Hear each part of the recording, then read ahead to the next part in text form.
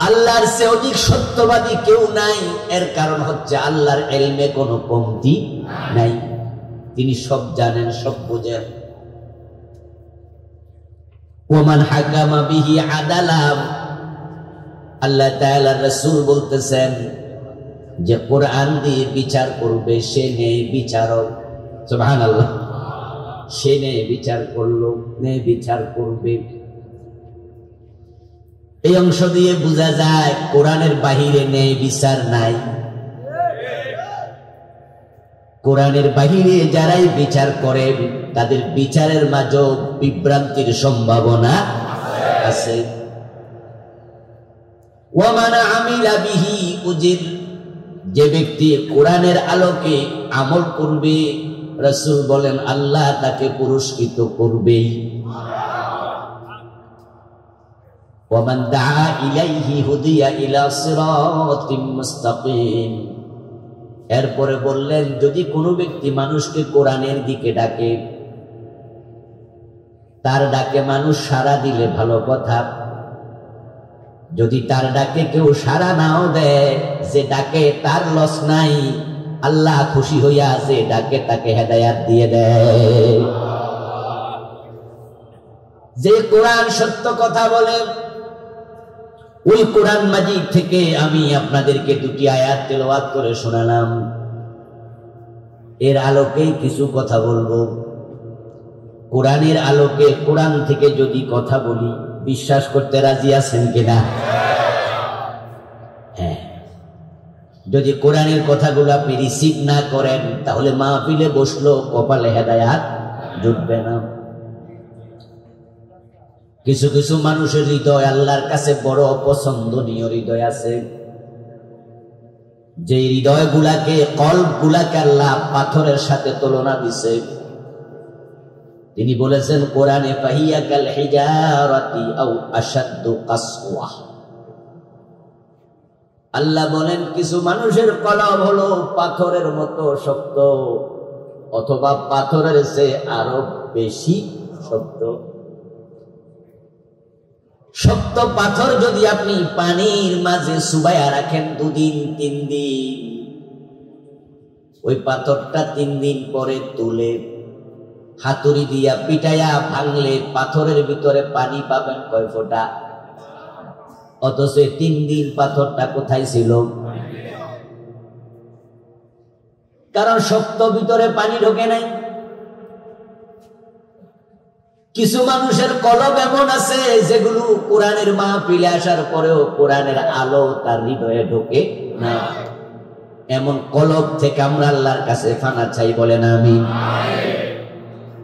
আবু জাহেলের কলব রাসূলুল্লাহর ওয়াজ নসিহতের পরও হেদায়াত পায় নাই। আমি আবুল কালাম আজাদ, আমি কেডা? নবী মুহাম্মদ হেদায়াত দিতে পারে নাই। আবু লাহাবকে রাসূল সাল্লাল্লাহু আলাইহি ওয়াসাল্লাম কত বুঝাইছে, আবু তালেবকে কত বুঝাইছে, বুঝ মানছে, হেদায়াত দিছে, রাসূলের কথা শুনেছে। অথচ নবী মুহাম্মদের মতো এত বড় বক্তা পৃথিবীটার, উনার মতো ওয়াইজ পৃথিবীটার। রাসূলুল্লাহ সাল্লাল্লাহু আলাইহি ওয়াসাল্লামের ওয়াজ নসিহত কাম হয় নাই। ওই যে পাথর 3 দিন পানি চুবাইয়া রাখলো, কাম হইব না, পানি কিন্তু ঢুকবো না। দোষটা কি পানি না পাথরের? সূর্য তামাম পৃথিবীকে আলোকিত করে। সকাল বেলায় সূর্য যখন ওঠে, অমাবস্যার রাতের অন্ধকার পর্যন্ত পালিয়ে যায়। তামাম পৃথিবী জ্বলজ্বল করে জ্বলে ওঠে। যদি ঘরের দরজা জানালা বন্ধ থাকে, কিরণ যদি নাও পৌঁছে, কমপক্ষে সূর্যের আলোটা ঘরের ভিতরে পৌঁছে যায়। তাই দিনের বেলায় আমরা লাইট জ্বালানোর প্রয়োজন মনে করি না, সূর্যের আলো যথেষ্ট, ঠিক না? কিন্তু যার চোখে আলো নাই, যে অন্ধ, এত বড় সূর্য তার লাভ হয় নাই, সে কিন্তু দিনের বেলা এমনি এমনি হাঁটে, ঠিক না? পৃথিবীতে আলোর অভাব নাই, সূর্য তামাম দুনিয়াকে আলোকিত করেছে, কিন্তু কানামিয়ার খবর কি? অন্ধ মিয়া আলো পায় নাই। দোষটা সূর্যের না তার চোখের? তো কোরআনের মাহফিলে কোরআন থেকে কথা বললে বিশ্বাস করবেন, হৃদয়ে নেয়ার চেষ্টা করবেন। না হয় কিন্তু আপনার অন্তর খারাপ হইলে বক্তারও দোষ নাই, কোরআনেরও দোষ নাই, দোষ আপনার কলবের।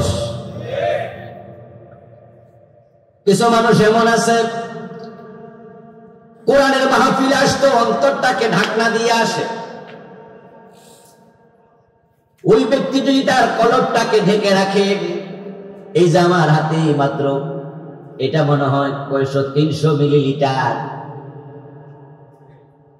এটা খালি কইরা তারপরে যদি এটার ক্রপটা ভালো করে লাগাইয়া আমি বঙ্গোপসাগরে যাই, তারপরে এটা 10 দিন চুবাইয়া রাখি, ভিতরে পানি ঢুকবো? কারণ সাগরের পানি নেই নাকি? দোষ কি সাগরের? এই জন্য কোরআনের মাহফিলে আসলে অন্তর খুলে বসতে হয়। অর্থাৎ অন্তর খোলা মানে দাঁড়ালো কোরআন যা বলে আমি সেটা মানবো, সেটা আমার চিন্তার বিরুদ্ধে যাক আমি কোরআনের চিন্তা গ্রহণ করব। সেটা আমার মা বাবার বিরুদ্ধে যাক আমার আপত্তি নাই, আমি সেটা গ্রহণ করব। সেটা আমার গোষ্ঠীর বিরুদ্ধে যাক, দলের বিরুদ্ধে যাক, সেটাও মানবো, ঠিক না? কার বিরুদ্ধে গেলে এটা আমি দেখবো না। আমার আল্লাহ যদি বলে, আমার রাসূল যদি বলে, মানতে আমার কোন আপত্তি নাই। তাহলে হেদায়েত মিলে যাবে, কপাল খুলে যাবে, নসেত লাভ নাই। কবি নজরুল আফসোস করে জন্য বলেছেন কিছু মানুষের ব্যাপারে, ফল বহিয়া চোপাউনি করস, হায়রে ফলের জুড়ি, লক্ষ বছর ঝরনায় ডুবে রস পায় না কোনড়ি। ফলের জুড়িতে ফল ছিল, বিক্রেতা বিক্রি করতে করতে ঝুড়ি যখন খালি হয়ে গেছে, ঝুড়ির মাঝে রস আছে কয় ফোঁটা? কমলার ভিতরে রস আছে না নাই? কিন্তু কমলার ঝুড়িতে রস আসেনি। ফল বহিয়া চোপাউনি করস, হায়রে ফলের ঝুড়ি, লক্ষ বছর ঝরনায় ডুবে রস পায় না কোনড়ি। নুড়ি মানে পাথর। পবিত্র কোরআন মাজিদের সূরাতুল কাহফের 103, 104 নম্বর আয়াত থেকে বলছি, আসুন এবার শুনতে থাকি। আমাদের আল্লাহ তাআলা কি বলছেন? বল, ও নবী আপনি বলুন, হাল নুনাব্বিউকুম বিল আখসারিনা আমালা। উম্মতেরা, আমি কি তোমাদেরকে এমন কিছু মানুষের খবর বলবো নাকি যারা আমলের দিক থেকে ক্ষতিগ্রস্ত? আমল তারা করে কিন্তু এই আমল দিয়ে তারা লাভবান হয়নি। আমল করার পরও তারা ক্ষতির মাঝে পড়ে আছে। আমি কি এমন মানুষের খবর তোমাদের বলবো নাকি? আল্লাযীনা দাল্লা সাইয়ুহুম ফিল হায়াতিদ দুনিয়া, যাদের যত কর্ম তৎপরতা আছে, চেষ্টা প্রচেষ্টা আছে, দান সাদাকা আছে, সালাত না রোজা আছে, সব কিছু সব আমল দুনিয়াতে হারাইয়া গেছে, আল্লাহ পর্যন্ত পৌঁছে নাই। আমি কি তোমাদেরকে এমন কিছু মানুষের সংবাদ দেব নাকি যারা আমলের দিক থেকে ক্ষতিতে পড়ে গেছে, তাদের সব আমল বাতি হারাইয়া গেছে। ওয়াহুম ইয়াহসাবুন আন্নাহুম ইহসিনুনা সুনআ, অথচ তারা এটা বুঝেই না, তারা মনে করে তারা ভালো কাম করছে। এই আয়াত দ্বারা বোঝা যায় কিছু মানুষ আছে আমল করার পরও লাভবান হতে পারেনি, বরং তারা মনে করে তারা ঠিক আছে। আল্লাহ কয় তারা ঠিক নাই, তারা যে বেঠিক তারা বুঝেই না। তবে এমন একদিন ধরা খাবে, বুঝবে, আল্লাহর সামনে যেদিন হাজির হবে সেদিন বুঝে কোনো লাভ আর নেই। এই দুটি আয়াত গতকাল গত পরশু নাজিল হয় নাই, নাজিল হয়েছে আজ থেকে 1400 বছর আগে রাসূলুল্লাহর জামানায়, রাসূলের উপরে সাহাবাদের যুগে। ওই যুগে যদি এমন মানুষ থাকে যারা আমল করেও ক্ষতিগ্রস্ত, এমন মানুষের সংখ্যা আজকের যুগে কমেছে না আরো বেড়েছে? আল্লাহ না করুক যদি আপনার নাম আমার নাম ওদের তালিকায় থাকে, উপায় নাই। কারণ আমাদের আমল তো এমনি কম, আবার যদি কবুলই না হয় তাহলে তো আমও নাই, সালাও নাই। এমনিতে তো আমাদের আমলের অবস্থা খুবই খারাপ। আমরা যে হুজুর লম্বা কেরাত পড়ে মসজিদে, ওই হুজুরের ব্যাপারে আমরা অভিযোগ করি, এই হুজুর বেশি সুবিধা। লম্বা সেজদা করলে মুসল্লি বিরক্ত হয়, এবং কোন কোন মুসল্লি সেজদার মাঝে হুজুরের কাশ দিয়া মিসকল দেয়।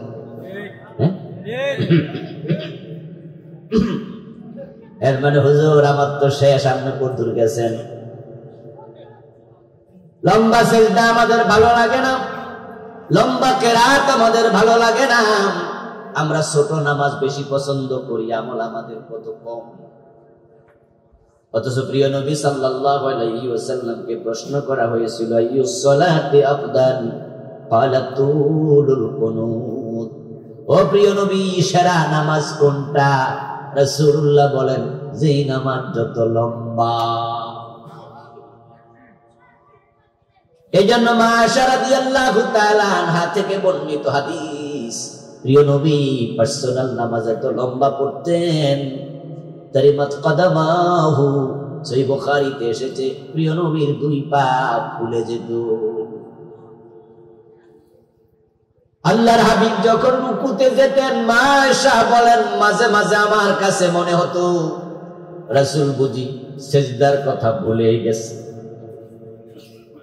রাসূল সাল্লাল্লাহু আলাইহি ওয়াসাল্লাম যখন সিজদায় যেতেন, এত লম্বা সিজদা করতেন, মা আয়েশা বলেন, আমি মাঝে মাঝে ভাবতাম তিনি বুঝি সিজদার মাঝে মারাই গেছে। আমি আল্লাহর হাবিবের পা ধরে সিমটি কাটতাম। আল্লাহর হাবিব যখন পা নাড়া দিতেন, তখন আমি বুঝতাম তিনি এখনো জীবিতই আছেন। এত লম্বা রুকু, এত লম্বা সিজদা, এত লম্বা কেরাত। আর সেই তুলনা আমাদের আমল তো এমনি কম। এই কমটাও যদি আল্লাহ পর্যন্ত না যায়, বাতিল হয়ে যায়, তাহলে আখিরাতে মোটেও উপায় নেই। হ্যাঁ নবী, আপনি বলুন, আমি কি তোমাদের ওই মানুষগুলোর খবর বলবো নাকি যে মানুষগুলো আমল করছে কিন্তু কবুল হয় না?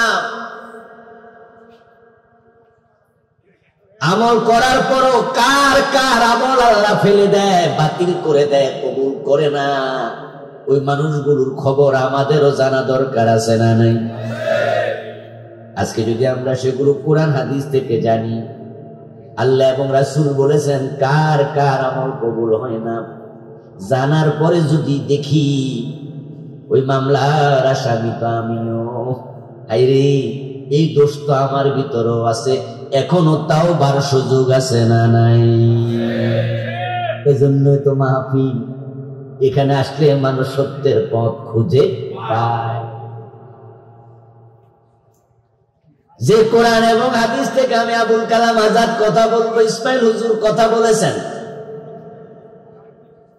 এখন আপনারা যারা আছেন বন্ধু, স্কুল কলেজে পড়ছেন, এমএ পাস, বিএ পাস আছেন, ডাক্তার, ইঞ্জিনিয়ার আছেন, এই বয়সও কি কামেল মাদ্রাসায় ভর্তি হইয়া, দাওরা মাদ্রাসা ভর্তি হইয়া কোরআন হাদিস আমাদের মতো পড়া আদৌ কি সম্ভব? তাফসিরে কাশফ, তাফসিরে বাইজাবি, ইবনে কাসির, খাজেন, বুখারী, মুসলিম, ফাতুল বারী, আইনি, এই কিতাবগুলো যেগুলো হাদিস শরীফদের হাদিসের ব্যাখ্যা, কোরআনের ব্যাখ্যা, রাসূলুল্লাহর সুন্নাহ, আল্লাহর কিতাব, আমরা 16-18 বছর পড়েছি। আমিও 21 বছর ধরে পড়াচ্ছি, 22 বছর, 22 বছরের মতো পড়াচ্ছি। ইসমাইল হুজুর হয়তো 35-30 বছর পড়াচ্ছে। এখন টোটাল অভিজ্ঞতা থেকে আমরা কথাগুলো বলবো। আপনার পক্ষে তো আমাদের মতো মাদ্রাসা আবার ভর্তি হইয়া হুজুর হওয়া সম্ভব না।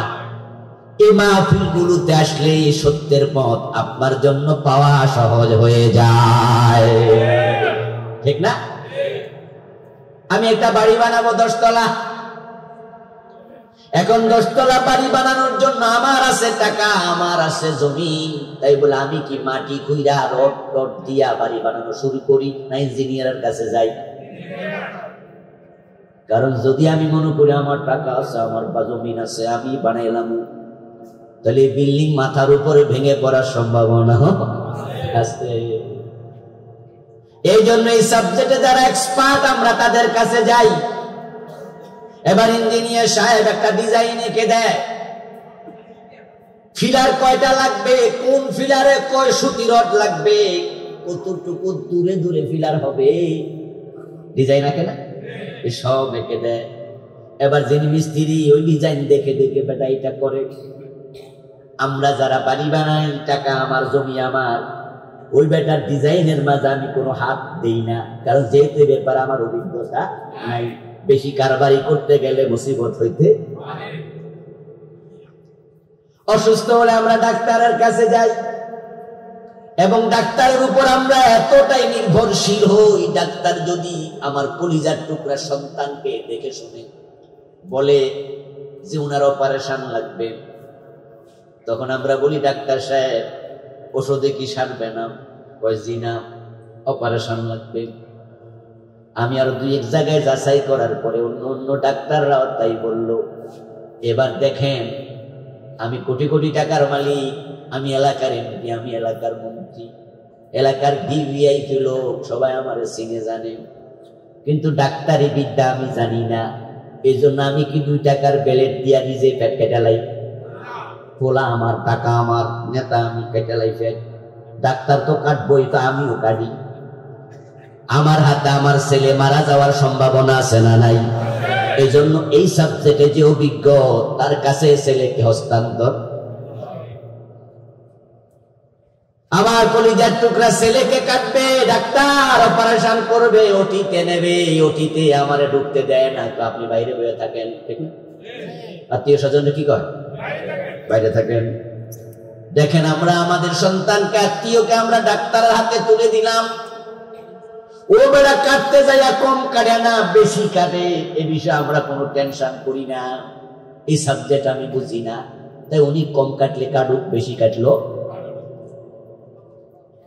যদি ডাক্তারের উপর এত ভরসা থাকে চিকিৎসার জন্য, ইঞ্জিনিয়ারের উপর ভরসা থাকে বিল্ডিং করার জন্য, আল্লাহ কোরআন সুন্নাহ জানার জন্য, জান্নাত পাওয়ার জন্য, আলেম ওলামাদের উপর ভরসা রাখা দরকার আছে না নাই? পণ্ডিত। এই জন্য কোন মাসালায় যখন আমরা এখনো ঠেকে যাই, আমরা এখন ওস্তাদদেরকে মোবাইল করি, ওস্তাদদের বাড়িতে প্রয়োজনে চলে যাই, এটাই নিয়ম। কোরআনে আল্লাহ বলেন, ফাসআলু আহলায যিকরি ইন কুনতুম লা তা'লামুন। তোমরা যখন জানো না, যে জানে তাকে প্রশ্ন করে তোমাদের জেনে নিতেই হবে। আজকের আলোচনা থেকে যদি আপনি বুঝতে পারেন যে খাইছে রে, আমিও তো ধরা খাইয়া বইছি, আমার আমলগুলো তো কবুল হচ্ছে না, তাহলে আমি তো সোজা হয়ে যাওয়া দরকার। যে ভুলগুলো আমার মাঝে আছে সংশোধন করা দরকার। সংশোধন যদি না করেন, এভাবে খালি হাতে আল্লাহর সামনে গেলে বিপদ আছে না নাই? হাজার হাজার মানুষ আল্লাহর সামনে হাজির হবে, নামাজি, হাজি, গাজী, গিয়ে দেখবেন নেকের পাল্লা, নেকের আমল নামা এরকম সাদা কাগজের মতো একটাও নেকও নাই। অথচ লোকটা তাহাজ্জুদের নামাজও পড়ছে, ফরজ নামাজ তো কম সারে নাই, প্রশ্নই আসে না। সে হজ করেছে 2বার 3বার, লাখ টাকা যাকাত দিছে। এমন লোক আল্লাহর সামনে গিয়ে দেখবে তার আমল নামা খালি, কিচ্ছু নাই। সে বলবে আল্লাহ কারণটা কি? হুজুররা তো ওয়াজ করছে 1 টাকা দান করলে সওয়াব হয় কমপক্ষে কয় টাকা? 10 মাসা। কত? 10। কোরআন মাজিদ আল্লাহ তাআলা এটা বলেছেন। 10-এর নিচে মুমিনের আমল নামায় কোনো সওয়াব লিখাই হয় না। বিআশরি আমসালিহা, 10 গুণ হবে একটা নেক আমল করলে। তা আমি তো 1-2টা করি নাই, লাখ লাখ টাকা দিয়েছি, আল্লাহর পথে মসজিদ বানাইছি, মাদ্রাসা বানাইছি, ও আল্লাহ আমার নেকগুলো কোথায়, আমার নামাজের সওয়াব কই, রোজার সওয়াব কই? আল্লাহ জবাব দিয়ে বলবেন, বান্দা তুই কি সূরাতুল কাহফের 103 104 নম্বর আয়াত পড়ছ নাই? ওখানে তো আমি রাসূলের মাধ্যমে বলছি এমন কিছু মানুষ আছে যারা নেক আমল করেও ক্ষতিগ্রস্ত, তুই তো তাদের একজন। আমি তো কিছু গোপন রাখি নাই, আমি তো বলেছি কিছু লোক আছে আমল করার পর ক্ষতিগ্রস্ত। হেজাল দিয়া মাছ ধরছে, তবে তার ডুলার তলা রাখে নাই। সে আমল করেছে, আমল কবুল হয় কিনা সে খোঁজে রাখে নাই। সবার আমল তো কবুল হয় না, আমি সবার আমল কবুল করি না। আমল কবুল হওয়ার জন্য কিছু শর্ত আছে না নাই? শর্ত আছে। ও আমার বান্দা, এই শর্তগুলা তুই তো পূর্ণ করস নাই, তা আমল করে লাভ কি? তোর আমল তো আমার কাছ পর্যন্ত আসে নাই, দুনিয়াতে হারায়া গেছে। আল্লাযীনা দাল্লা সাইয়ুহুম ফিল হায়াতিদ দুনিয়া, যাদের আমলগুলো, প্রচেষ্টাগুলো, কর্মগুলো দুনিয়াতে হারায়া গেছে। এবার বান্দা কি বলবে? কোরআনে আল্লাহ সেটাও বলেছেন। কোরআন এমন এক কিতাব, এটার মাঝে কিছু বাদ নাই, এটাকে বলা হয় তিবিয়ান। কি বলে? তিবিয়ানাল লিকুল্লি শাই ওয়া মা ফাররাতনা ফিল কিতাবি মিন শাই। এইজন্য আমরা মিছিল দেই, ছোটকালে দিছি, এখনো দেই। সব সমস্যার সমাধান দিতে পারে আল কোরআন। এটার মাঝে সব সমস্যার সমাধান আছে, সব কিছুর বর্ণনা আছে। কোনটা ইশারা দিয়া কইছে, কোনটা ব্যাখ্যা সহ কইছে, সব আছে। আর যেগুলো আমরা বুঝি নাই, রাসূলুল্লাহ উনার মুখ দিয়া, উনার কর্ম দিয়া এ কোরআনের ব্যাখ্যা করে দিছে। রাসূলের জিন্দেগি হলো কোরআনের জীবন্ত ব্যাখ্যা। সুবহানাল্লাহ। ইসমাইল হুজুর বলেছেন, কিন্তু আমার আগে দিয়ে আমি ওনার আলোচনা অনেকটুকু শুনেছি, যে রাসূলুল্লাহ নিজে বানায়া কথা বলছে নাকি? না, আল্লাহর কথাই তিনি বলছেন। বানায়া কথা বলার তো অধিকার নাই, অধিকার নাই। মা ইয়ানতিকু আনিল হাওয়া ইন হুয়া ইল্লা ওয়াহিয়ুন ইউহা। মুহাম্মদ হরগজ না গুফতা, তা না গুফতা জিবরাইল, জিবরিল হরগজ না গুফতা, তা না গুফতা কর দেগা রব্বুল জলিল। আল্লাহর হাবিব বানিয়ে কথা বলতেন না, কোনো কাজ বানায়া করতেন না। আল্লাহ যা কইতো নিজে সেটাই করতেন, সেটাই বলতেন। ওহির বাহিরে বলতেন না, ওহির বাইরে করতেন না, ওহির বাহিরে তিনি নিজে চলতেন। এজন্য মা আয়েশাকে এক ব্যক্তি প্রশ্ন করেছিল, ও মা আয়েশা, হতে পারে আল্লাহর সে বান্দা ছিল, তাবি, রাসূলকে দেখেনি। আমি আপনার কাছে এসেছি রাসূলুল্লাহর চরিত্র সম্পর্কে জানতে, কর্ম সম্পর্কে জানতে। ওনার কেমন চরিত্র ছিল, ওনার কেমন কর্ম ছিল। মা আয়েশা প্রশ্ন করলেন, ও মিয়া, তুমি কি কোরআন পড়ো না? ও ব্যক্তি বলে, হ্যাঁ আমি তো কোরআন পড়ি। এবার মা আয়েশা বলছেন, খুলুকুল কোরআন, কোরআন যদি পড়ো, কোরআনই হলো রাসূলের চরিত্র। কোরআন আল্লাহ সব বলেছে। হাসর কেমন হবে, মিজান কেমন হবে, ফুলসেরাত কেমন হবে, কবর কেমন হবে, জান্নাত কেমন হবে, জাহান্নাম কেমন হবে, কবরে প্রশ্ন কেমন হবে, প্রশ্নের জবাব কেমন হবে, সবকিছু কোরআন হাদিসে আছে না নাই? কিছু গোপন নাই। প্রশ্ন কয়টা, উত্তর কি, সব আছে, সব আছে। তো যে মানুষগুলো আল্লাহর সামনে যায় দেখবে আমল নামা খালি, কোনো নেকি নাই, ওই মানুষগুলো তখন কি বলবে? আল্লাহ কোরআনে বলছেন, তখন তারা বলবে, ওয়ালাউ আন্না লানা কাররাতান ফানাকুনা মিনাল মুমিনিন। ও আল্লাহ, তুমি দয়া করে যদি আমাদেরকে দুনিয়ার একটা বার পাঠাও, তাহলে আমি ভালো মুমিন হয়ে যাব। ধরা খাইয়া কইব, আমার দুনিয়ার একবার, এটা বলবে তারা সেদিন। কারণ দুনিয়া তো 60 বছর, 70 বছর, 80 বছর হায়াত পেয়েছিল। নেক আমল করেছিল, এগুলো যে বাতিল হয়ে গেছে এখন এরা টের পাইছে, আগে তো এটা বোঝেও নাই। ও আমার প্রিয় ভাইরা, মসজিদে গিয়ে আল্লাহর সেজদা দেয়, দরবারে যাইয়া পীরের পায়ে সেজদা দেয়, এমন লোক বাংলাদেশে আছে না নাই? এই লোকটার ঈমান আছে না গেছে? লোকটা মুমিন না মুশরিক? তো যে ব্যক্তি মুশরিক তার আমল নামা কি সওয়াব থাকে? শিরক করলে তো আমল শেষ। কোরআনে আছে ওয়ালাউ ওয়াশরাকু লাহাবিতা আনহুম মা কানু ইয়ামালুন। তারা যদি শিরক করে, তারা যে আমলগুলো করেছে শিরক করার সাথে সাথে সবগুলো বাতিল হয়ে যাবে। ঈমান হলো একের মতো, নেক আমল হলো ডান পাশের শূন্যের মতো। ঈমান যদি থাকে তাহলে এক আছে। এবার একটা নেক আমল করেন, একটা শূন্য যোগ হলে কত হবে? এই যে বুঝলেন, ঈমান আছে তাই নেক আমল একটা যোগ হয়েছে শূন্যের মতো 10। দুইটা শূন্য দিলে কত হবে? 3টা দিলে। এভাবে দিতে থাকেন, আমল করেন, মান বাড়বে, কোটি কোটি কোটি কোটি হবে। কিন্তু যদি আপনি একটা মুছে দেন, শূন্যগুলোর মূল্য কত? তাই শিরিক করার সাথে সাথে আমল নামা এরকম খালি হয়ে যায়। অথচ যারা পীরের পায়ে সেজদা দেয় তারা কি মসজিদে যায় না? দান সদকা করে না? রোজা কি রাখে না? মুখে কি দাড়ি নাই?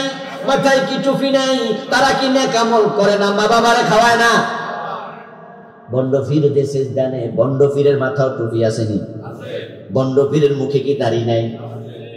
ওই যে ঢাকা মতিঝিল এক পীর আসিল, এত মোটা ফেটওয়ালা, কয়দিন আগে মরে গেছে। আমি নিজে দেখেছি, চক্ষু সাক্ষী, তার মুরিদ তাকে সেজদা করছে, অথচ তার মুখে এত সুন্দর দাড়ি ছিল, মাথায় টুপিও তো ছিল। হাসরের ময়দানে মুরিদ এই ভণ্ড পীর আল্লাহর সামনে গিয়ে দেখবে আমল নামা এরকম খালি। বলবে আল্লাহ আমার গুরু কই? আল্লাহ বলবে তুই তো শিরিক করছস, শিরিক থেকে তুই তো তওবা করস নাই, এই শিরকের উপরে থাইকে তো মরছ, তা তোর আমল নামাটা আজকে। সে বলবে আল্লাহ এখন তো বুঝছি এটা যে শিরিক, দুনিয়া থাকতে তো এটা বুঝি নাই। হুজুররা তো কত ওয়াজ করছে, পীরকে সেজদা দিও না, পীরকে সেজদা দেয়া শিরিক। মাজারে গেল দেখবেন কিছু কিছু মাজারে সাইনবোর্ড লেখা থাকে, মাজারে সেজদা দেয়া নিষেধ। ওই সাইনবোর্ড টাইনবোর্ড মানে না, সেজদা দিতেছে এমন কিছু জালেম আছে না নাই? সাইনবোর্ড মানে সেদিন বলবো আল্লাহ আমার দুনিয়া পাঠাও, আমি ভালো মুমিন হব, আর শিরিক করবো না, কবর করবো না। মানে যেই যে কাম করলে ঈমান চলে যায়, আমল কবুল হয় না, আমি আর এগুলো করবো না। এবার আপনাদের কাছে জবাব চাই, আল্লাহ দোয়া কবুল করে আবার দুনিয়ায় পাঠাবেন তো? কোন সম্ভাবনা আছে? যেদিন বুঝলো সেদিন বুঝে আর কোন লাভ নেই। এই জন্য কোন কোন কাম করলে আমল কবুল হয় না, আমলগুলো বাতিল, এগুলো দুনিয়া থাকতে জানা দরকার আছে না নাই?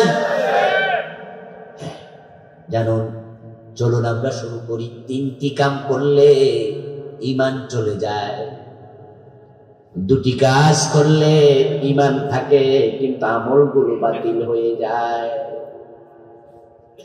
আবার বলছি, 3টি কাজ করলে ঈমান চলে যায়।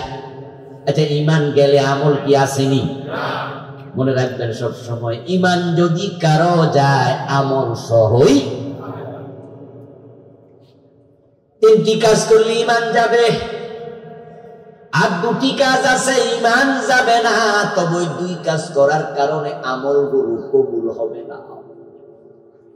যেমন ধরুন কেউ সুদ খায়, ঘুষ খায়, এই হারাম খাওয়ার কারণে তার ঈমান চলে যাবে না, কিন্তু হারাম খাইলে আমল কবুল হবে না। যারা সুদখোর তাদেরকে আমরা কাফের বলি নাকি? অফিসে যারা ঘুষ খায়, টাকা না দিলে সিগনেচার করে না, ঘুষ খায় অক্সিজেনের মতোই, ঘুষ ছাড়া চলে না, ওই লোকের আমরা কাফের বলেছি কোনদিন? কাফের নয়। হারাম খাচ্ছেন, এখানেও আজকের এই মাহফিলের মাঝে আছেন, আপনারা অনেকে আছেন নামাজও পড়ে সুদে টাকা লাগায় রাখছে, এমন লোক কি এই সোনাই মুড়িতে নাই? আজকের মাহফিল 2-4 জন থাকার সম্ভাবনা আছে, সুদে টাকা লাগাইছে, হয়তো নিজের নামে লাগায় নাই, বোনের নামে লাগাইছে। আমি তো সুদ খাই না, তবে আমার বোনের কিছু টাকা আছে, একটু বাড়াই টাড়াই দিতেছে। ও বন্ধু আমার, ঘুষ খায়, সুদ খায়, হারাম খায় এমন অনেক লোক আছে। কালান নবী সাল্লাল্লাহু আলাইহি ওয়াসাল্লাম, মান ইশতারা থাওবান বিআশারাতি দরাহিম ফীহি দিরহামু হারাম লাম ইয়াকবালিল্লাহু লাহু সালাতাহু মা দামা আলাইহি। প্রিয় নবী বলেন, 10 দিরহাম দিয়ে তুমি কাপড় কিনেছো, ওই 10 দিরহামের ভিতরে 9 দিরহাম ছিল হালাল, 1 দিরহাম ছিল হারাম। ওই কাপড় পরে যতই নামাজ পড়ো, আল্লাহ 1 রাকাত আর কবুল করবেন না। হারাম খাইলে আমল কবুল হওয়া বন্ধ। উদাহরণ দিলাম, জাস্ট আমরা শুরু থেকে আসি, এগুলো পরে বলবো ইনশাআল্লাহ। ধৈর্য আছে তো? শুনবেন তো ইনশাআল্লাহ? শুনে যাবেন, নিজের মাঝে খুঁজবেন। দোপার কাছে আমরা যখন কাপড় দেই ধোয়ার জন্য, ও বেটার কাছে দিলাম, 3 দিন পরে বেটা ফিরে দিল, দেখা গেল কাপড়ের ময়লা যা ছিল আগের মতোই আছে। আমরা খুশি হব না বেজার হব? ও বেটা টাকা চাইলে টাকা দেব না ধমক দেব? তো মাহফিল আসলেন যে ভুল নিয়া, মাহফিল থেকে সে ভুল নিয়া চলে গেলেন, সংশোধন হলেন না, আল্লাহ আপনারে ধমকাবে, বলবে আমার নিয়ামত সময় ফাও ফাও নষ্ট করলি কেন? সময় কি আমার নিয়ামত নয়? ধোপার কাছে কাপড় দিলে কাপড় হবে পরিষ্কার, এটাই নিয়ম, ধোপা পরিষ্কার করবে।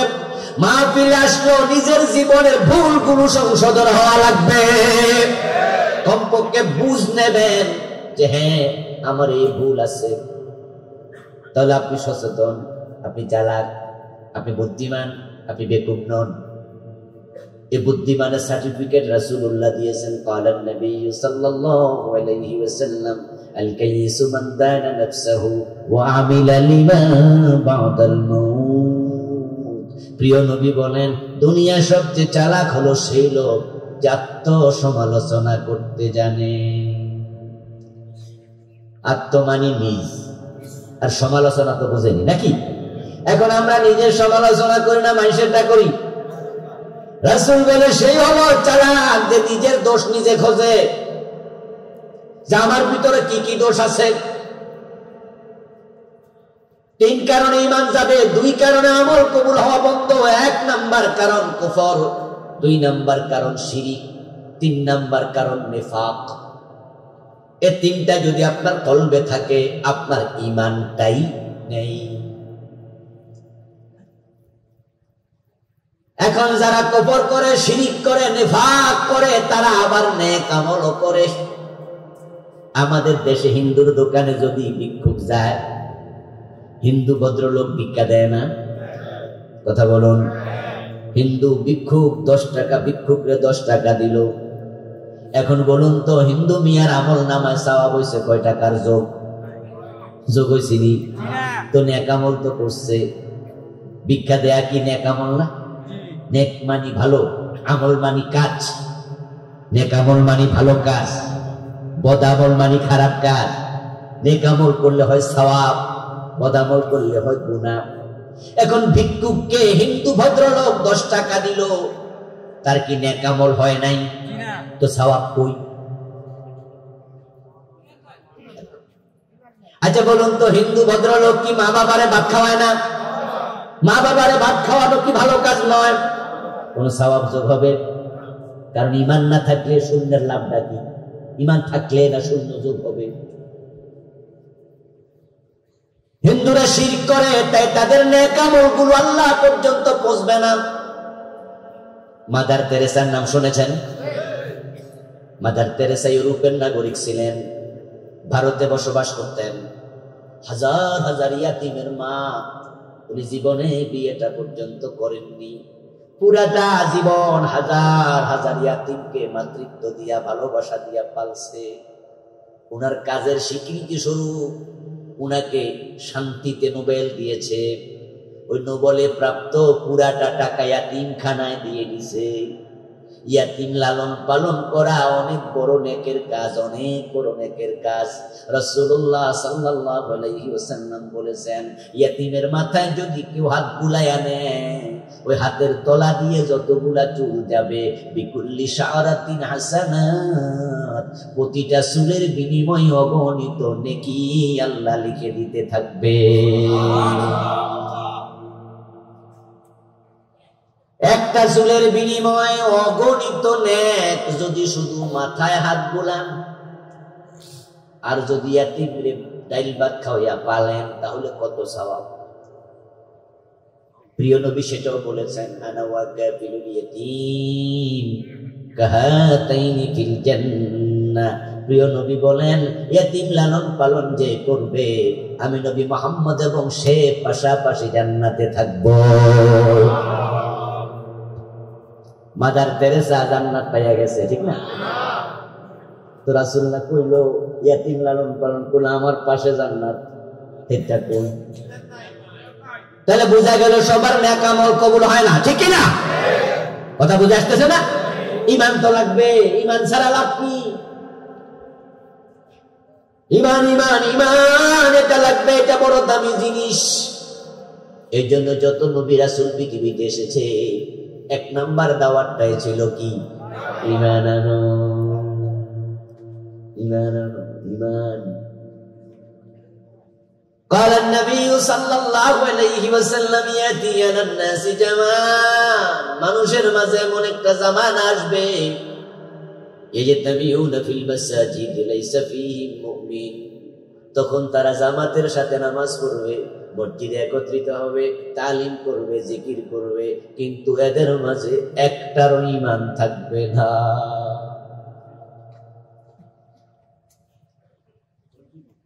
ইয়াজতামিউনা ফিল মাসাজিদ ইয়াস্তামিউন। আলেম ওলামা বাইরে একটু বলুন তো, শব্দটা এক বছর না বহু বছর? আল মাসাজিদ এক বছর না বহু বছর? তাহলে মানুষও কম হবে না, মসজিদও কম হবে না, অসংখ্য মসজিদ থাকবে, একজন ইমানদার নাই। এর মানে কি দাঁড়ালো? ইমাম সাহেবও কাফের, মুয়াজ্জিনও কাফের, মুসল্লি সব কাফের, অথচ সবাই জামাতে নামাজ পড়বে।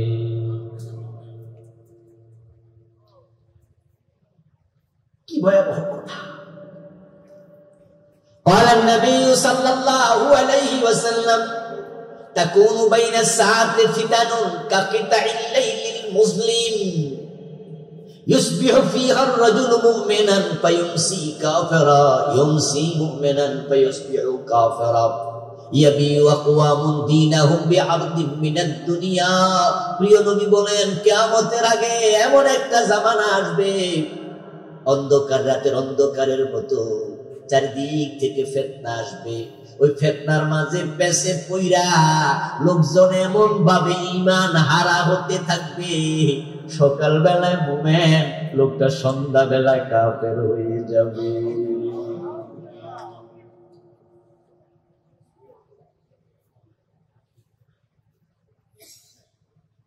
সন্ধ্যাবেলায় মুমিন, সকালবেলা হবে কাফের। ইয়াবিউ আকওয়ামুন দীনাহুম বিআরদিন মিনাদ দুনিয়া, তারা দুনিয়ার ক্ষমতার জন্য, টাকা পয়সার জন্য তাদের ঈমান, তাদের দ্বীন বিক্রি করে দেবে। ঈমান হারাবে মানুষ, গড়পড়তা। وقال النبي صلى الله عليه وسلم ايضا, প্রিয় নবী আরো বলেন, ইন্নাল আবদা লা ইয়াতাকাল্লামু বিল কালিমাতি মিন সাখাতিল্লাহ লা ইউলকি লাহা বালা ইয়াবি বিহা ফি জাহান্নাম। যেমন কথা বলবে হালকামি করে, তুচ্ছ-তাচ্ছিল্য করে, অথবা ঠাট্টা চলে, যে কথাতে আল্লাহ তার উপর নারাজ হবেন, ওই কথার কারণে তার জাহান্নামের মাঝখানে ফেলে দেবেন। এখন উদাহরণ না দিলে বুঝবেন না হাদিসগুলোর ব্যাখ্যা কি, উদাহরণ দিলে বুঝবেন। ইয়াজতামিউনা ফিল মাসাজিদি লাইসা ফীহিম মুমিনুন, মসজিদে জামাতের সাথে নামাজ পড়বে একটাও মুমিন থাকবে না। রাসূল 1400 বছর আগে বলেছেন, আমি নিজের চোখে এখন দেখি বাংলাদেশে অনেকগুলো মসজিদ আমি চিনি, যে মসজিদের ইমাম কাফের, মুয়াজ্জিন কাফের, মুসল্লিগুলো কাফের। এই মসজিদ যদি আপনি চিনতে চান, চলে যান ঢাকার বকশীবাজারে, সেখানে কাদিয়ানীদের মসজিদ আছে না নাই? ইমামও কাদিয়ানী, মুয়াজ্জিনও কাদিয়ানী, মুসল্লিও কাদিয়ানী, নামাজ পড়ে 5 ওয়াক্ত, অথচ একটারও ঈমান নাই।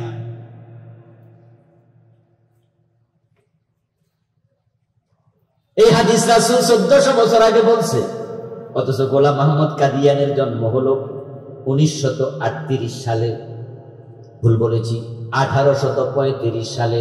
তার মৃত্যু হলো 1908 সালে।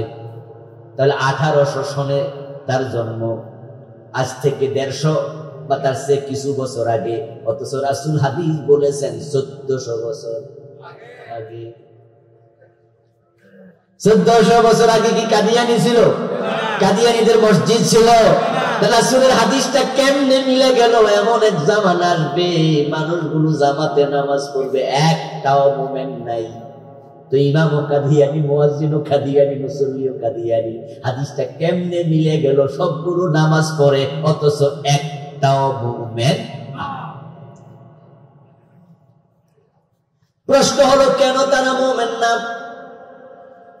কাদিয়ানীদের টুপি আছে, দাড়ি আছে, পাজামা, পাঞ্জাবি, পাগড়ি, মেসওয়াক, তাসবিহ, নামাজ, রোজা, হজ, যাকাত সব আমাদের মতোই, সব আমাদের মতো। আমি কাদিয়ানীদের কিছু বই পড়েছি, বইয়ের মাঝে পৃষ্ঠায় পৃষ্ঠায়, পাতায় পাতায় লেখা দেখেছি লা ইলাহা ইল্লাল্লাহু মুহাম্মাদুর রাসূলুল্লাহ। এই কালেমা তারা আযান দেয়, আশহাদু আল্লা ইলাহা ইল্লাল্লাহ আশহাদু আন্না মুহাম্মাদার রাসূলুল্লাহ। যে কালেমা পড়ে কাফের মুমিন হয়। কাদিয়ানীর মুয়াজ্জিন প্রতিদিন 5 বার ওই কালেমার আযান দেয়, অথচ লোকটারা আমরা কই তুই বেটা কাফের। তো ঘটনাটা কি? কেন কাফের? উত্তর হলো, কাদিয়ানী পুরা কোরআন মানে, কিন্তু কোরআন মাজিদের 4টা অক্ষর মানে না। খা আলিফ তা মিম খাতামান নবিয়্যিন। তারা নবী মুহাম্মদকে বড় নবী মানে, বড় রাসূল মানে, কিন্তু শেষ নবী। অথচ আল্লাহ বলেছেন খাতামান নবিয়্যিন, খাতাম মানে শেষ, ওনার পরে আর নবী। তো কাদিয়ানী এখানে তারা ধরা খাইয়া গেছে, 4 অক্ষর মানে না, তাই তাদের ঈমান শেষ। এ কোরআন এমন এক কিতাব, বিসমিল্লাহর বা থেকে মিনাল জিন্নাতি ওয়ান নাসের সিন পর্যন্ত যত হরফ আছে সবগুলোর উপরে বিশ্বাস রাখতে হবে। যদি কোনো ব্যক্তি বলে 1 অক্ষর মানি না, সেও কাফের হয়ে যাবে। কোরআনের ব্যাপারে মানি না শব্দ চলবে না। মুমিনরা বলবে শুনলাম আর মানলাম, শুনলাম আর মানলাম। মুমিনরা শুধু বলবে আমার আল্লাহ যা বলেছে, আমার রাসূল যা বলেছে, আমি শুনলাম মানলাম, মানতে কোনো দেরি নাই। তুমি যদি মানতে দেরি করো তোমার ঈমান থাকবে না, মানতে দেরিও করা যাবে না। মানবো কি মানবো না একটু ভেবে চিনতে দেখি, এ ভাবার অধিকারও তোমার নাই। কোরআন আল্লাহ এটাই বলেছেন, মা কানা লিল মুমিনিন ওয়ালা মুমিনাতিন ইযা কাদাল্লাহু ওয়া রাসূলুহু আমরান আইয়াকুনা লাহুমুল খিয়ারাতু মিন আমরিহিম। যদি কোনো ব্যক্তি ঈমান আনে, ঈমান আনার পর আল্লাহ এবং তার রাসূল যা বলবেন মানবো কি মানবো না এই চিন্তা করার অধিকারও তার আর নেই। প্রিয় নবী একটা চমৎকার ব্যাখ্যা দিয়েছেন, কালান নবী সাল্লাল্লাহু আলাইহি ওয়াসাল্লাম আল মুমিন কাল জামালিল হানিফ হাইসুমা কিদা ইয়ানকাদ। আল্লাহর হাবিব বলেন, তুমি যদি মুমিন হও তুমি হবে সেই উটের মতো, যেই উটের নাকের ভিতরে মালিক রশি ঢুকাইয়া দিছে। এখন উটের নাকের ভিতরে মালিক যদি রশি ঢুকাইয়া রশিটা হাতে নেয়, জবাব আপনারা দিন তো, ওটা স্বাধীন না পরাধীন? মন মতো চলে না মালিকের টান মতো? তো তুমি মুমিন যদি হও, আল্লাহর টান মতো তোমাকে চলতেই হবে।